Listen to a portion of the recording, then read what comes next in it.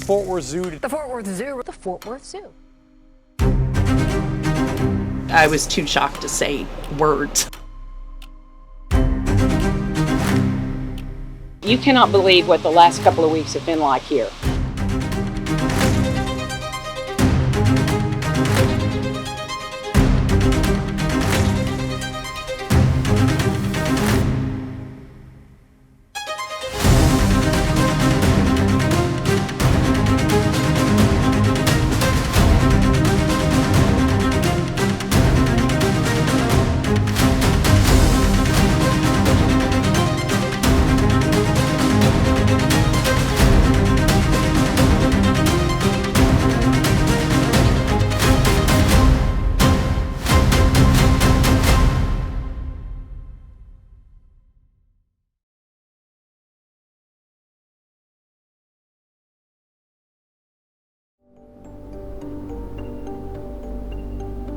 In the United States, there has only been one other successful gharial hatchling.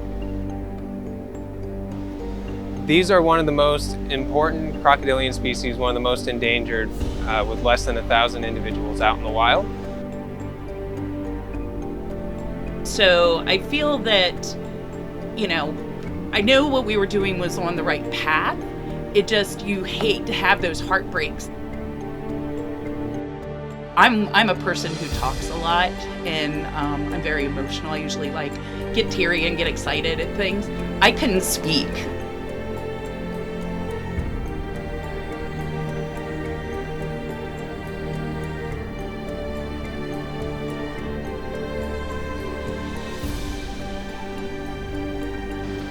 Here at the Fort Worth Zoo, we have 4 hatchling gharials. But one, you kind of feel like you have a fluke, right? And so when you have multiples, it kind of reinforces that what you're doing is proper. Like I said, it reinforces your professional choices, your life choices.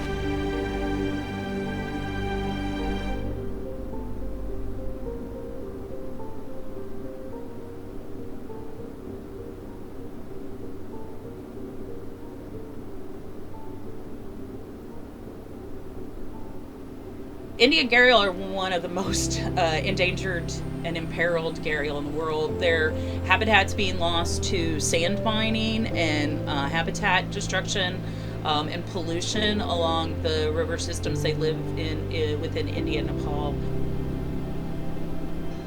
Gharial are endangered for multiple reasons. Some of the biggest issues are habitat loss.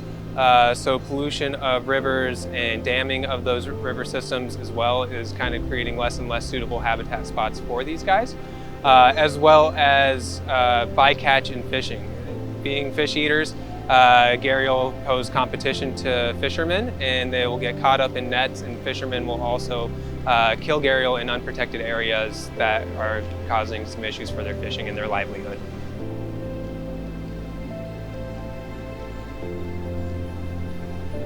We aren't sure why they are as difficult as they are to breed in captivity. It could be multiple reasons. There could be environmental, could be infertility issues. We're not, like I said, we're not super sure. Outside of the range countries, so over in Nepal and India, there are pretty regular breedings of them, but outside of that, it's a lot more difficult. This has been the culmination of years and years of effort from multiple people that have worked with these animals, and the team coming together to finally make it happen has been truly amazing, and I'm really thankful that I get to be a part of it. And with their rarity and difficulty to breed in captivity, it's a huge success for us to have these babies here.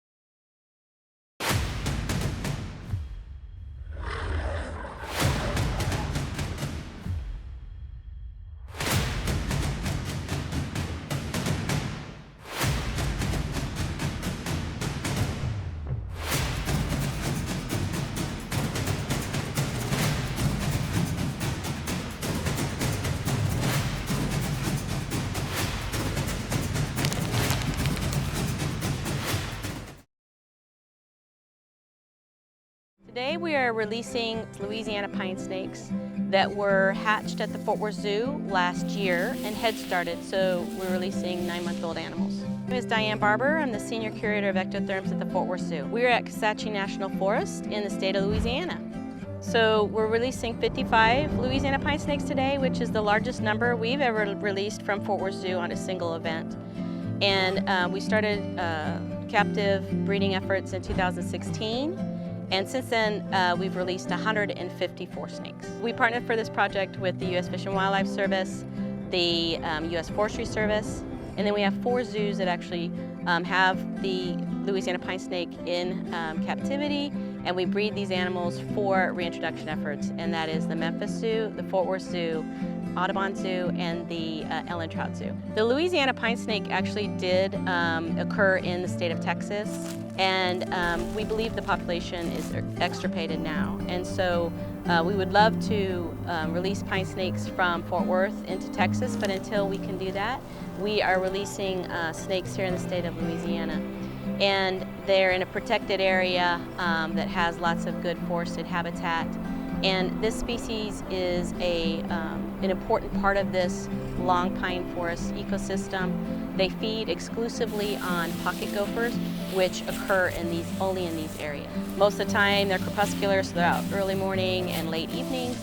But our partners have found young pine snakes that have been reproduced naturally in the wild from animals that we have released previously 2, 3 years, 4 years ago. So it is one of our very important program species that we focus efforts and resources on, and we are in it for the long haul, and we hope to be able to see many more pine snakes returning from our reintroduction efforts in the future, and eventually, of course, be able to delist the species from federal listing.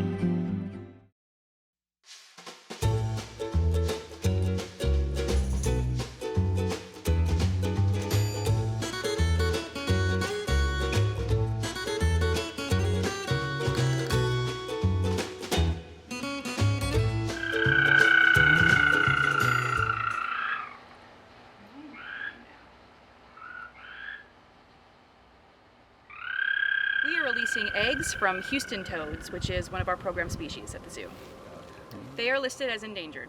Well, they are an indicator species, as most amphibians are, so they're going to be indicators of environmental condition. They're going to do different pest controls, so take care of some of those maintenance of insects, and they're also an important part of the food chain. So they are, like other prey species, important for larger predator animals. So just to see that what we do in our small areas like the zoo, when we're just in there in the rooms with the animals doing our small part, to come out and see everything in the bigger context, see the bigger picture of it, and to see that we're actually making a difference. So to see the tadpoles that are hatching from these eggs, to see all the different wild egg strands, and to see all of the different zoos participating, it's a great feeling to see that we are actually part of something that's a lot bigger than just us.